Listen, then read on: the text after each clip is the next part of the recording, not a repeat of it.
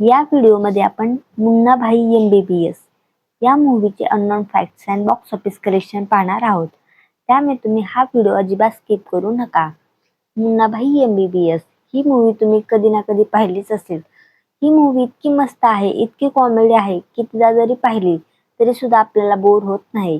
तर नमस्कार, माझं नाव आहे शीतल आणि तुमचं स्वागत आहे माझ्या YouTube चॅनलवरती. तर आज आपण मुन्ना भाई MBBS या मूवीचे अननोन फॅक्ट्स पाहणार आहोत. वेळ न घालवता सुरू करूयात आपण आपल्या व्हिडिओला. मुन्ना भाई MBBS ही एक कॉमेडी ड्रामा मूवी होती. या मूवीला रिलीज केलं होतं 19 डिसेंबर 2003 ला.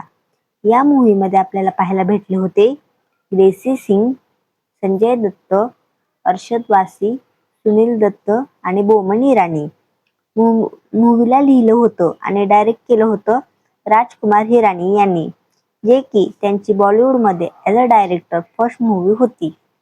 मूवीला प्रोड्यूस केलं होतं विनोद चोपडा यांनी.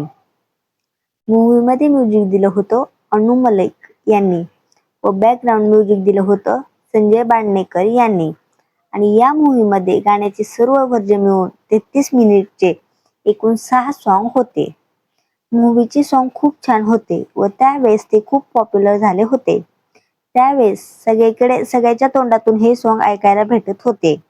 मूवीचे सॉन्ग होते यम बोले तो, सुबह हो गई, मामू, छन छन, देख ले आंखों में आके डाल के, अपुन जैसे टपोरी. तर हे होते या मूवी मधले काही सॉन्ग.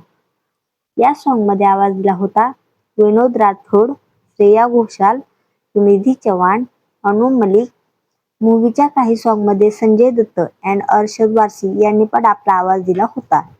या मूवीच्या सॉन्गची त्या वर्षी 10 लाखापेक्षा सुद्धा जास्त ऑडिओ कॅसेट सेल झाली होती. आणि हा त्या वर्षी 15व्या नंबरवर सगळ्यात जास्त विकणारा म्युझिक अल्बम बनला होता. आता बघूयात या मूवीचं budget and box office collection. या मूवीचं बजेट होतं 10 करोड रुपये. या मूवीने इंडियामध्ये कलेक्शन केलं होतं 23 करोड 13 लाख रुपये आणि वर्ल्ड वाईड 36 करोड 18 लाख रुपये. आणि ही एक सुपरहिट मूवी झाली होती.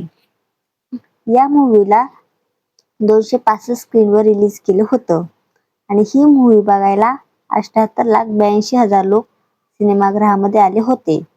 आणि ही 2003 मध्ये 4थ्या नंबरवर सगळ्यात जास्त पैसे कमवणारी मूवी बनली होती.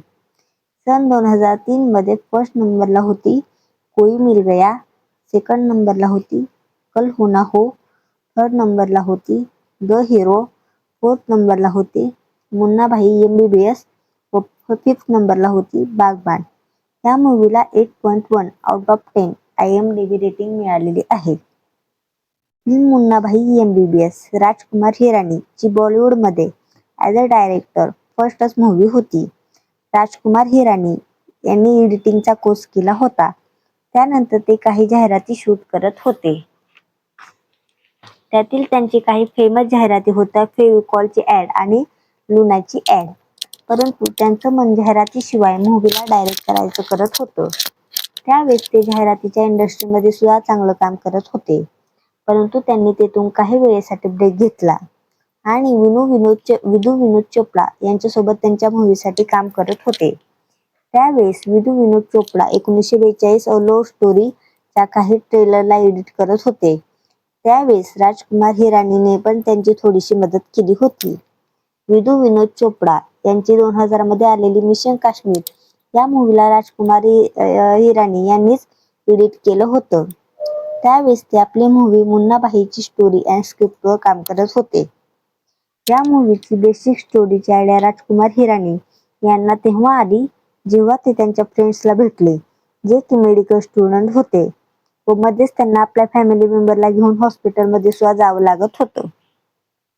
त्यावेळेस त्यांनी मुन्ना भाईची स्क्रिप्ट लिहायची आयडिया आली व त्यावेळेस ही कल्पना त्यांनी सगळ्यात अगोदर विनोद चोपडा यांना ऐकवली. त्यांना ही आयडिया खूपच आवडली व ते स्वतः ही मूवी प्रोड्यूस करण्यासाठी तयार झाले. अशा प्रकारे या मूवीला बनवायची प्लॅनिंग सुरू झाली.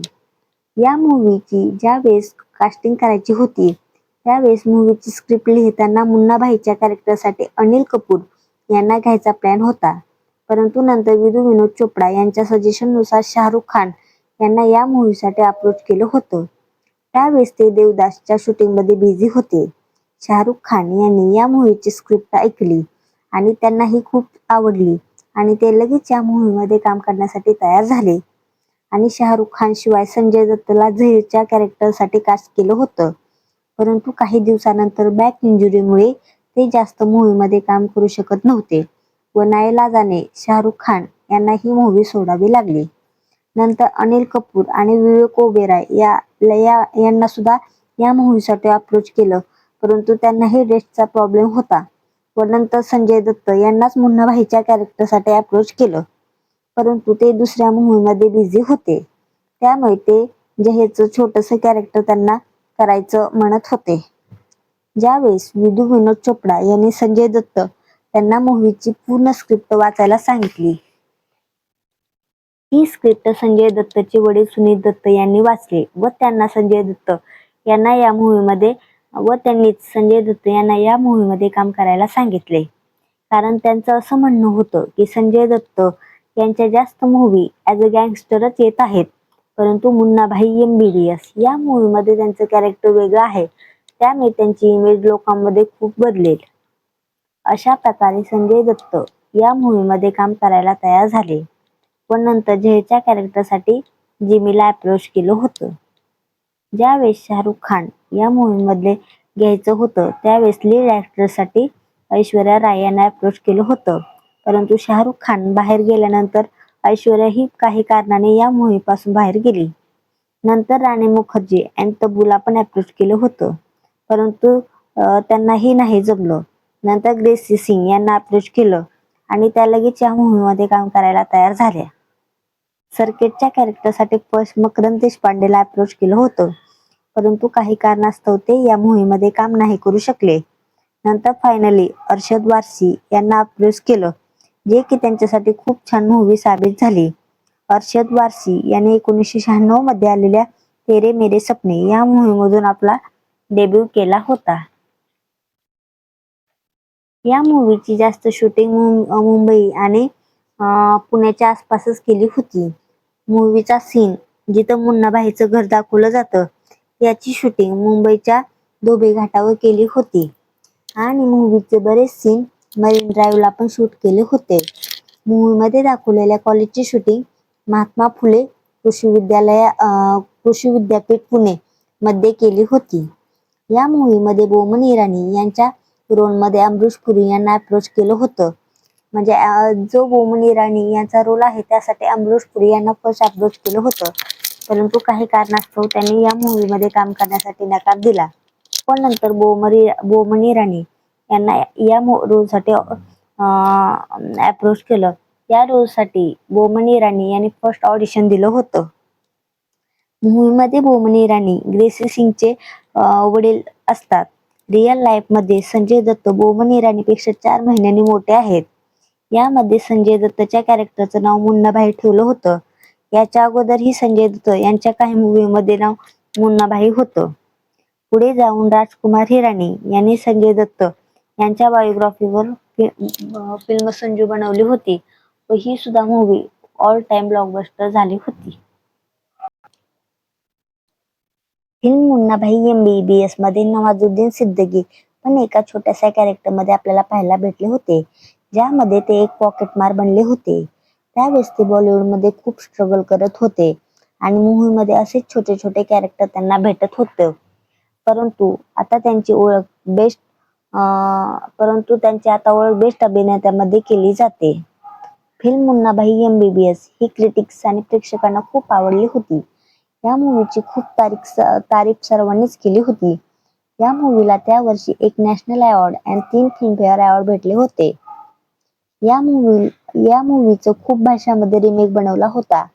सन 2004 मध्ये याचा तेलुगूमध्ये शंकर दादा MBBS च्या नावाने रिमेक बनवला होता. ती सुद्धा मूवी ब्लॉकबस्टर झाली होती व या मूवीसाठी चिरंजीवी यांना बेस्ट ॲक्टरचा फिल्मफेअर अवॉर्ड भेटला होता.